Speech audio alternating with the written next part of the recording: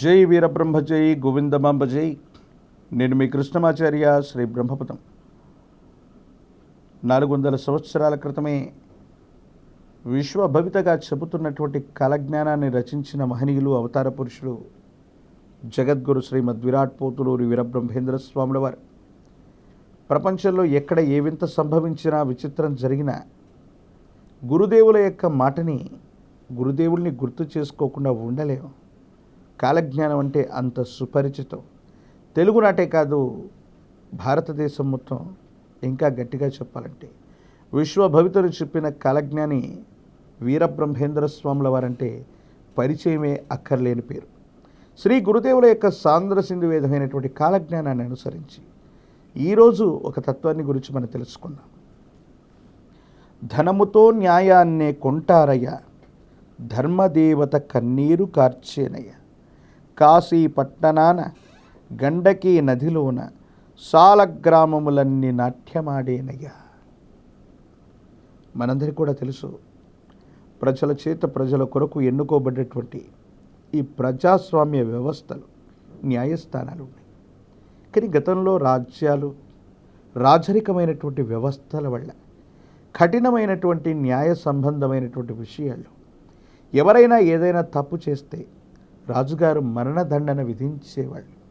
అటు వాళ్ళని వెంటనే చంపివేసేవాళ్ళు, లేదా తీక్షణమైనటువంటి శిక్షలు విధించేవాళ్ళు. ఎవడైనా దొంగతనం చేస్తే చేసినటువంటి చెయ్యిని నరికివేయటం, ఎవడైనా అఘాయిత్యానికి పాల్పడితే ఆ అంగాన్ని కోసేయటం, ఇంకా తీవ్రమైనటువంటి ఇబ్బందికరమైన పరిస్థితుల్లో ఏదైనా నేరం చేస్తే మరణదండ విధించటం, ఇదంతా కూడా రాజరిక వ్యవస్థలో అనాదిగా వచ్చినటువంటి సంప్రదాయం. కానీ ప్రజల చేత ప్రజల కొరకు ఎన్నుకోబడేటువంటి ఈ ప్రజాస్వామ్య వ్యవస్థలో కఠినమైన నేరాలు చేస్తున్నటువంటి వాళ్లకు సైతం కూడా ఇలాంటి కఠినమైనటువంటి శిక్షలు కాకుండా సానుభూతి చేత వాళ్ళని చిన్న చిన్న శిక్షలకే పరిమితం చేయటం, లేదా న్యాయదేవత కళ్ళు మూసుకుని ఉంది కదా అని చెప్పి ధనము చేత న్యాయదేవత కళ్ళగంతలు కట్టి నిజమైనటువంటి నేరస్తులు పారిపోతున్నారు, అమాయకులు బలైపోతున్నారు. ఈ కలియుగంలో ఇదే జరుగుతుందని ఎంతోమంది వ్యక్తులు 1,00,000 రూపాయలు రుణం తీసుకున్నటువంటి రైతన్న తిరిగి చెల్లించకపోతే బ్యాంకులు వేధించేటువంటి వేధింపులు అంతా ఇంత కాదు.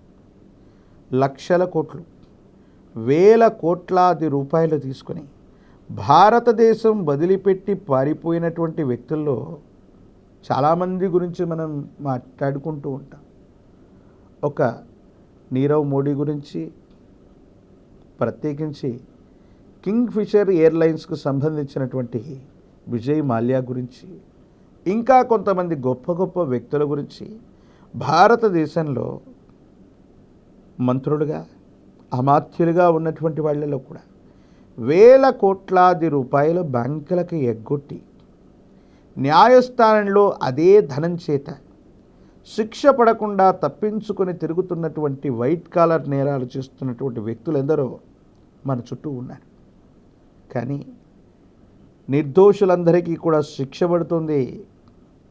నేరస్తులందరూ కూడా న్యాయదేవత దగ్గర న్యాయాన్ని కొంటున్నారేమో. అలాంటి విపరీతమైనటువంటి పరిస్థితుల్లో కలిమాయా పురుషుడి యొక్క చర్యలు అధికమైపోతున్నాయి.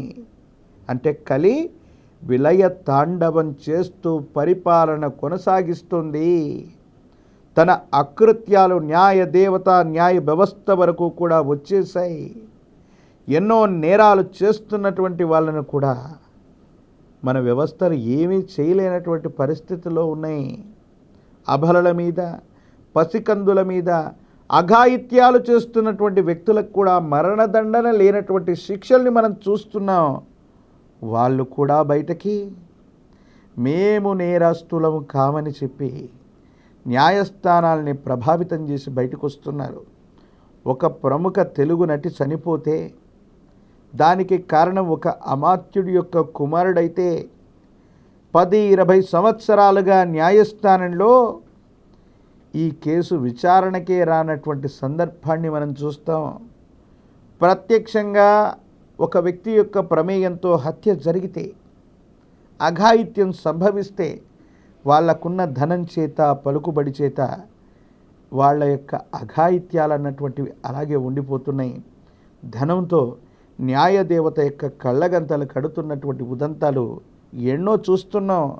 ఎన్నో ఆర్థిక నేరాలు, సామాజిక నేరాలు చేసినటువంటి వ్యక్తులు రాష్ట్రాలు, దేశాలు కూడా దాటి వెళ్ళిపోతున్న దాఖలాన్ని మనం చూస్తున్నాం. అలాగే ఇక్కడ ఉన్నటువంటి మరో అద్భుతమైనటువంటి అంశం, కాశీ పట్టణంలో గంగానది ప్రవాహం మనకు తెలుసు.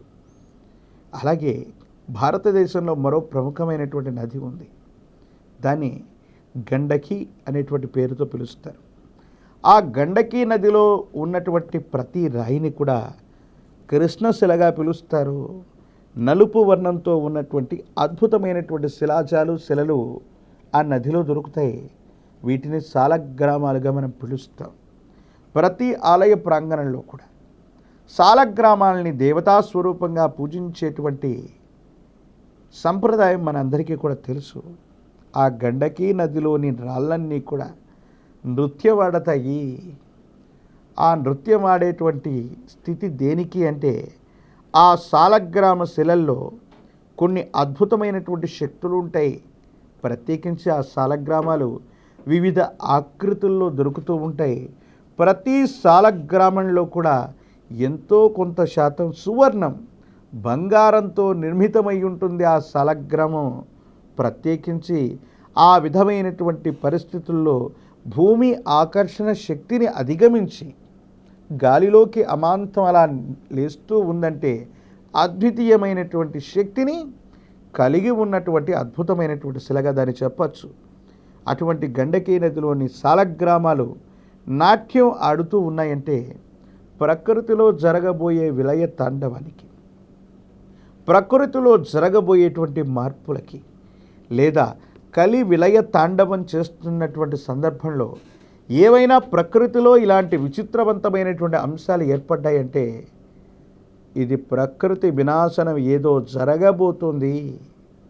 మళ్ళీ ధర్మాన్ని సుస్థిరంగా స్థాపించటానికి భగవంతుడు తేజో రూపంలో, ఒక విశేషవంతమైనటువంటి మూర్తి రూపంలో మళ్ళీ ఈ భూమి మీదకి రాబోతున్నటువంటి తరుణంలో వీరభోగ వసంతరాయుల యొక్క ఆగమనానికి ఇవన్నీ చిహ్నాలు కాబోతున్నాయన్న విషయాన్ని మనం తెలుసుకోవాలి.